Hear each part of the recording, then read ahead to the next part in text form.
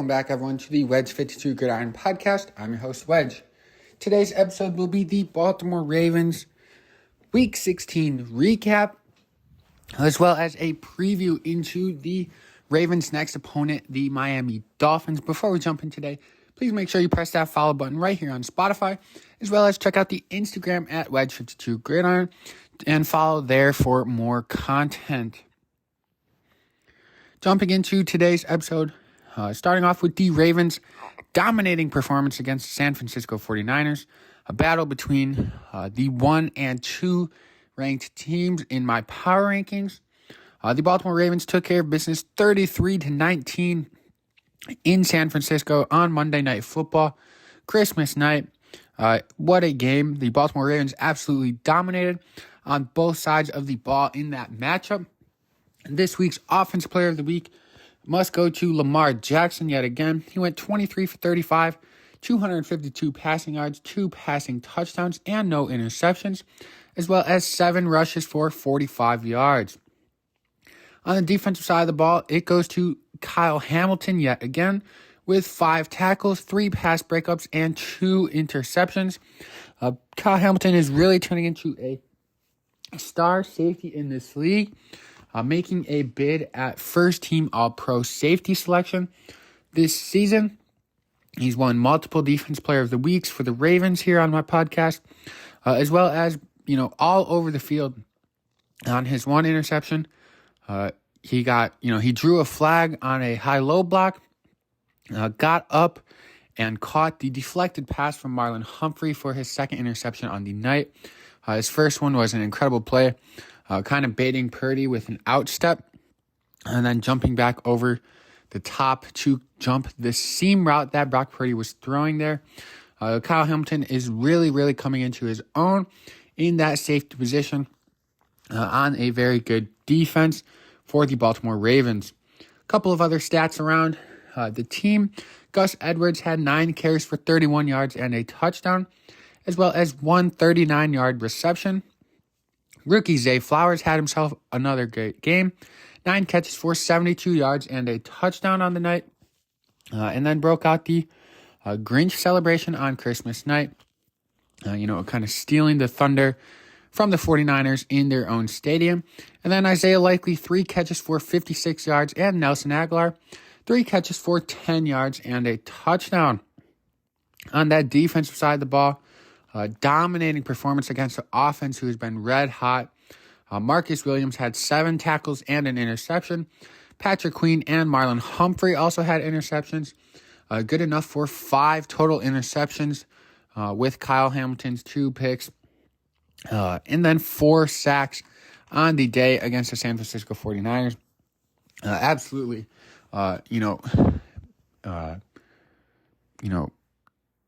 dominating performance by that Ravens defense, definitely putting in their bid for the best defense in the league.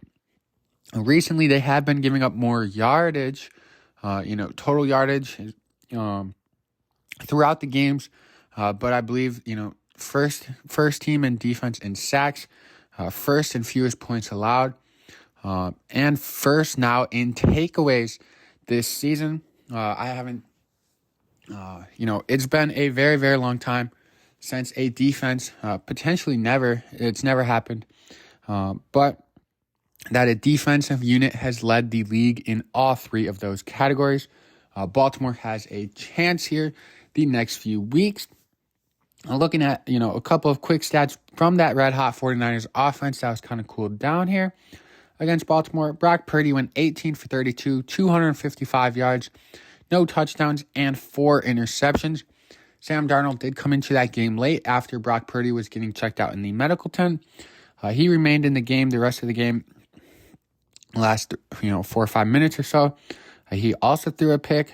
Christian McCaffrey, 14 rushes for 103 yards and a touchdown, as well as 6 catches for 28 yards.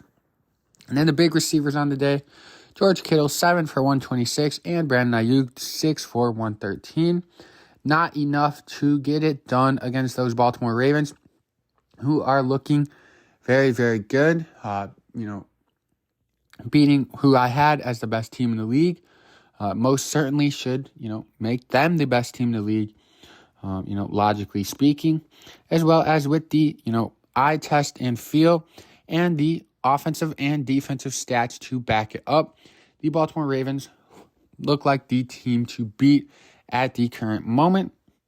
But every week is its individual opponent, and every week requires, fresh study, the same persistence and the same determination from the team to be able to continue their success. And the last week's success, is no longer a factor as soon as that NFL week calendar switches over. Speaking of, our next opponent is the Miami Dolphins, who last week faced off against the Dallas Cowboys, a very good team who they beat 22-20.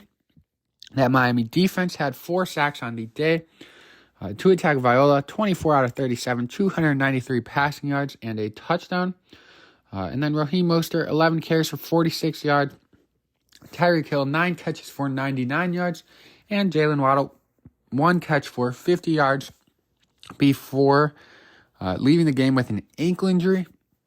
His status for this upcoming matchup is unknown at the moment. I would guess he's going to be questionable most of the week. And then Tyreek Hill, who was also dealing with an ankle injury, he did play, obviously, against the Cowboys. He should be good to go against those Baltimore Ravens as well. But this matchup is very big for AFC seeding for both the Baltimore Ravens and the Miami Dolphins. The Ravens currently hold the 1 seed at 12-3 in the conference, and the Dolphins, hold the 2 seed at 11-4. This game pretty much, coming up this Sunday, pretty much is going to determine the 1 seed. If Baltimore wins, they clinch the 1 seed. If Miami wins, they will hold the 1 seed heading into Week 18. And the only way for Baltimore to re-obtain that 1 seed would be with a win over the Steelers in Week 18, as well as a Dolphins loss to the Buffalo Bills. So for the Ravens, it's simple. Win, and the 1 seed is theirs. If they lose, then they obviously need to win Week 18, as well as hope for a Miami loss. All that matters is putting the team, doing everything that they can to, make sure that this Sunday turns into a win. I'm sure that's what they're all hoping for, preparing for, studying the tapes. What they're going to see on tape is Tua Tagovailoa, very precise with the football this year, 70.5% completion percentage. That's good for 4,214 passing yards, 26 touchdowns, and 10 interceptions. And then kind of a 3-headed monster, so to speak, in terms of weapons. Raheem Mostert having a career year, 209 carries for 1,012 yards and 18 touchdowns, as well as 25 receptions for 175 yards and 3 touchdowns on the season so far. Tyreek Hill going for the record. It seems like he's going to come up short on the receiving yards record after missing a game, having a couple of, off production type of games. But still on the season, incredible season, 106 receptions, 1,641 yards, and 12 touchdowns. And then Jalen Waddle, 72 catches for 1,014 yards and 4 touchdowns on the season for him as well. So definitely some weapons out there on the outside with Tyreek and Jalen Waddle. And then that backfield, Raheem Mostert has been having himself an incredible year, as well as Devin Achane, who's been having a great year as a rookie. He did miss some time with an injury. He came back. He's starting to get back in the swing of things, and he is looking good for that Miami offense as well. So definitely a lot of moving pieces on that Miami offense. The Miami offense gets the credit all the time for being, probably the best offense in the league statistically. That defense, though, has really stepped it up recently and kind of been a sleeper defense. And I think it's what helped them get that first win over, a plus 500 team. They had been struggling with that, so far this season. But they were able to get it done against the Cowboys and hold them to only 20 points against a very good offense. Dak Prescott had been an MVP candidate for this season, probably still is in the running, as well as a very good CD Lamb, who's probably top 5 in the league this season. So, kind of going off of that more, in terms of team statistical ranks for both of these teams so far this season. First, we'll start off with defense. Where Miami's defense, in yards allowed, they rank 6th at 320. Rushing yards, 5th at 91. Points per game, 13th at 20.9. And then 7th on third down percentage allowed at 37%.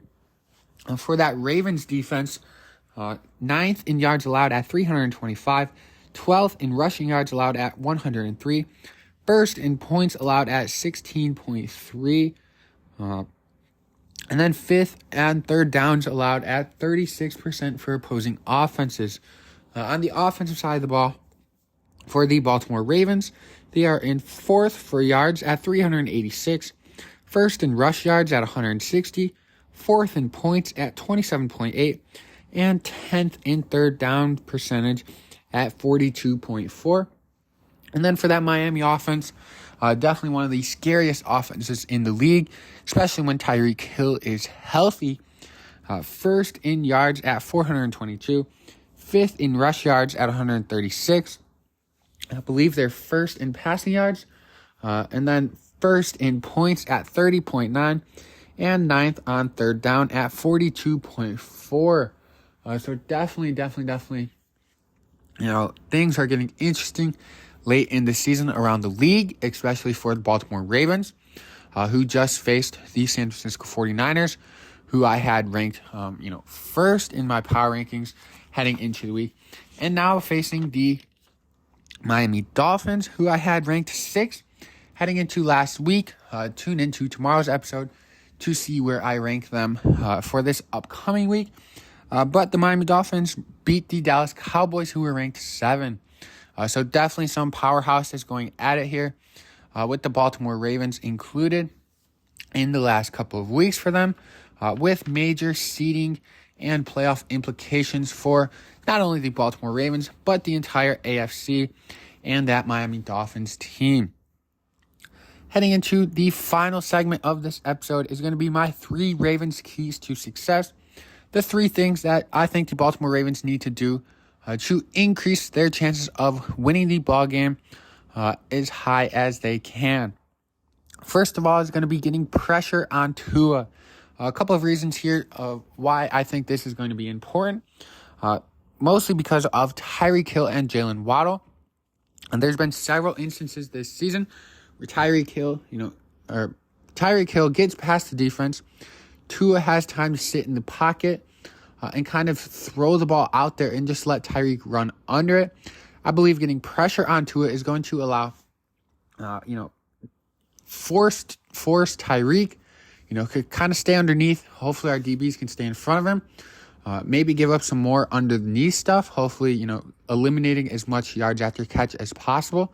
But I believe getting pressure on Tua, with the likes of Madubuike, Clowney, Van Noy, the rest of our guys, Kyle Hamilton even, and then, of course, our elite linebacking duo, as much pressure on Tua in the backfield, quick pressure on Tua, I think is really going to eliminate the Tyreek Hill big play potential for that Miami offense, as well as hopefully put some more pressure on Tua to make some better throws. He has at 70.5% completion percentage so far this season, but I would like to test that boundary and see kind of how far we can push the envelope on that one there. The Ravens defense is definitely capable of this, as they are leading the league in sacks this season. So applying pressure on Tua certainly is a manageable key to success for that Baltimore defense. My second Ravens key to success for this upcoming matchup against the Miami Dolphins is going to be protecting the football. They've been good. They were good against the 49ers. No interceptions, no fumbles. But that needs to, be a point of emphasis, even with the success that they've had recently. I think it is very important this week. 2 of the highest scoring offenses at, Miami at first highest in the league, and then Baltimore in fourth, as well as two defenses who are pretty good respectively. Obviously, the Ravens in first, only allowing 16.3 points per game defensively. But that Miami defense, like I said, not one to be slept on at this point in the season. 13th in the league, only allowing 21 points per game. So protecting the football, taking advantage of every opportunity that they get is definitely going to be important. Not giving that Miami defense or Miami offense, momentum against the Baltimore team when the Dolphins are obviously capable of hanging in there and having a chance to win. The Baltimore Ravens did have a very, very solid stretch against San Francisco 49ers, scoring on, I believe, 7 straight drives. That is obviously always ideal.